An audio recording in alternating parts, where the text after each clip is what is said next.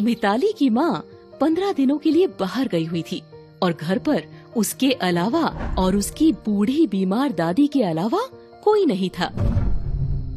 दादी, ये लो दवाइयाँ और इन्हें खाकर सो जाइए। ठीक है बेटी, मैं तो सो ही जाऊंगी, पर तू भी आराम से सोना और सब दरवाजे अच्छे से बंद कर लेना। ठीक है, अब आप सो जाइए। ये कहकर मिताली दादी के कमरे से बाहर निकल आती है और बाहर आते ही अमित को फोन मिलाती है। हेलो अमित, आज मेरे घर में मैं अकेली हूँ, तुम आ जाओ प्लीज। आज तुम्हारी रात जन्नत में कटेगी। सच? ऐसा है क्या? फिर तो मैं जरूर आऊंगा मिताली। सुनो, मैंने दरवाजा खुला छोड़ दिया है, जल्दी से आ जाओ मेरे हीरो। इसके कुछ ही देर बाद अमित चुपके से मिताली के कमरे में हाजिर हो जाता है और कमरे का दरवाजा बंद हो जाता है और फिर मुंह अंधेरे अमित दबे पांव वहाँ से खिसक जाता है। मगर मिताली की दादी उसे देख लेती है। घर में कोई आया था क्या? मुझे लगा कि सुबह मुंह अंधेरे कोई हमारे घर से दबे पांव निकल रहा था। कोई नहीं आया था दादी, आपको वहम हुआ होगा। अगर आता तो क्या मुझे नहीं पता चलता? मिताली की ये बात सुनकर दादी आगे कुछ नहीं बोलती और मन ही मन सोचती है, लगता है लड़की बिगड़ गई है। वो कोई लड़का था और इसी कमरे से निकलते हुए मैंने उसे अपनी आंखों से देखा था। किस चिंता में पड़ गई दादी? चिंता तो बहुत गंभीर है बेटी, पर मैं बूढ़ी लाचार कर भी क्या सकती हूँ। उस दिन के बाद मिताली अपनी दादी से सतर्क रहने लगती है और साथ ही मौके को भी हाथ से नहीं जाने देती। अमित रोज रात को मिताली के कमरे में आता और उसके आते ही मिताली अपने कमरे का दरवाजा बंद कर लेती।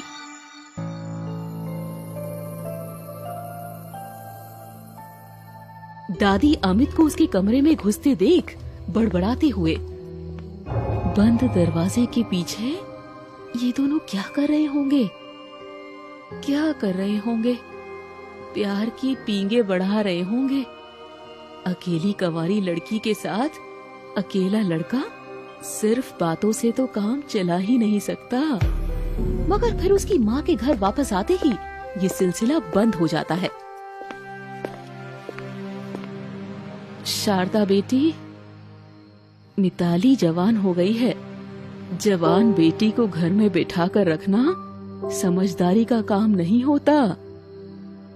माँ जी, आपको जो कहना है साफ साफ कहिए, ऐसे पहेलियां बुझाने से कुछ नहीं होगा।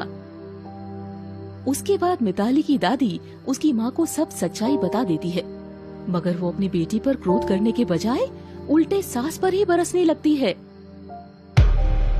सुनो माँ जी, आज तो मैंने अपनी बेटी के बारे में सुन लिया है।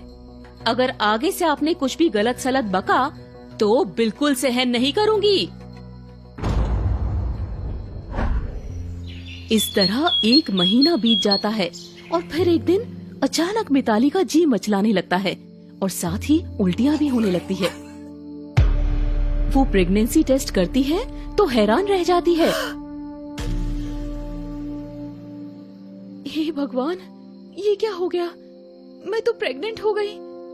अब क्या करूं? तुरंत अमित से मिलना पड़ेगा। यही सोचकर वो अमित से मिलने उसके घर चली जाती है और उस समय अमित घर पर अकेला होता है। अरे मिताली, तुम यहाँ अपनी सहेली से मिलने आई हो क्या? नहीं अमित, मैं तुमसे मिलने आई हूँ। मुझे तुमसे कुछ कहना है। जो कहना है उसे बाद में कहना मेरी जान, पहले मौके का फायदा उठा लो। फिर जैसे ही आंधी थमती है, मिताली रोने लगती है और अमित को अपने प्रेग्नेंट होने के बारे में बताती है। मिताली, तुम्हें घबराने की जरूरत नहीं है, हम दोनों बहुत जल्द शादी कर लेंगे। अमित, अब शादी में देर मत करना प्लीज। ऐसा कुछ नहीं होगा मिताली, हम बहुत जल्द शादी कर लेंगे। देख लेना अमित, ये बच्चा हमारे प्यार की निशानी है और मैं मर सकती हूँ पर इसे खो नहीं सकती। इसके बाद कुछ दिनों तक अमित मिताली से मिलना छोड़ देता है और वो उसके विश्वास पर जीती रहती है। मगर फिर एक दिन अमित की बहन रश्मि मिताली के घर आती है। मिताली, मैं तुम्हें ये शादी का कार्ड देने आई हूँ। क्या तुम शादी करने वाली हो? अरे नहीं भाई, अमित की शादी का कार्ड है। इस महीने की 25 तारीख की शादी है। अमित की शादी का कार्ड देखकर मिताली के पैरों तले जमीन खिसक जाती है। वो इस धोखे को सहन नहीं कर पाती और रश्मि के कार्ड देकर जाने के तुरंत बाद ही वो जहर खा लेती है। मगर उसी समय शारदा घर आ जाती है। मिताली, बेटी क्या हुआ तुझे? तेरे मुंह से बहुत दुर्गंध आ रही है। क्या खा लिया तूने? माँ, मैंने जहर खा लिया है। मैं अब जीना नहीं चाहती हूँ। ना मेरी बच्ची, ऐसा मत बोल। मैं तुझे अभी अस्पताल लेकर चलती हूँ। उसके बाद शारदा मिताली को अस्पताल पहुँचाती है और समय पर अस्पताल पहुँच जाने से मिताली की जान बच जाती है। मिताली का इलाज करने वाला डॉक्टर शारदा को बताता है, अब आपकी बेटी की जान को कोई खतरा नहीं है, मगर एक बात और है जो आपको बताना जरूरी समझता हूँ। ऐसी क्या बात है डॉक्टर?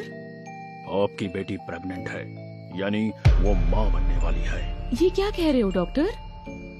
मिताली के प्रेग्नेंट होने की बात सुनकर शारदा सहम सी जाती है और साथ ही उसे मिताली पर गुस्सा भी आता है। मिताली, ये क्या किया तूने? किसके साथ मुंह काला किया? बता तो मुझे। फिर जैसे ही मिताली शारदा को अमित के बारे में बताती है, रश्मि वहाँ आ जाती है और उनकी सारी बातें सुन लेती है। अमित की इस करतूत के बारे में जानकर रश्मि का सर झुक जाता है और वो मिताली और उसकी माँ को दिलासा देते हुए कहती है, मिताली, मैंने सब सुन लिया है। तुझे अमित ने धोखा दिया है और अब मैं अमित को नहीं छोड़ूंगी। देखना, तेरे साथ जरूर इंसाफ होगा। ये कहकर रश्मि वहाँ से चली जाती है और फिर शाम तक मिताली को भी अस्पताल से छुट्टी मिल जाती है और वो घर आ जाती है। उसके घर आने के कुछ देर बाद ही रश्मि अपने पिता के साथ वहाँ आती है और फिर, बेटी, अमित ने तुमको धोखा नहीं दिया। ये गलती तो मुझसे हुई है कि उससे बिना पूछे उसकी शादी तय कर दी और उसे बोलने तक का मौका ना दिया। पर अब क्या होगा रामकिशन जी? होगा क्या? अब अमित और मिताली की शादी होगी। आप इनके बच्चे की नानी और हम दादा बनेंगे। उसके बाद अमित और मिताली की शादी हो जाती है और फिर उनके घर एक प्यारी सी बच्ची का जन्म होता है।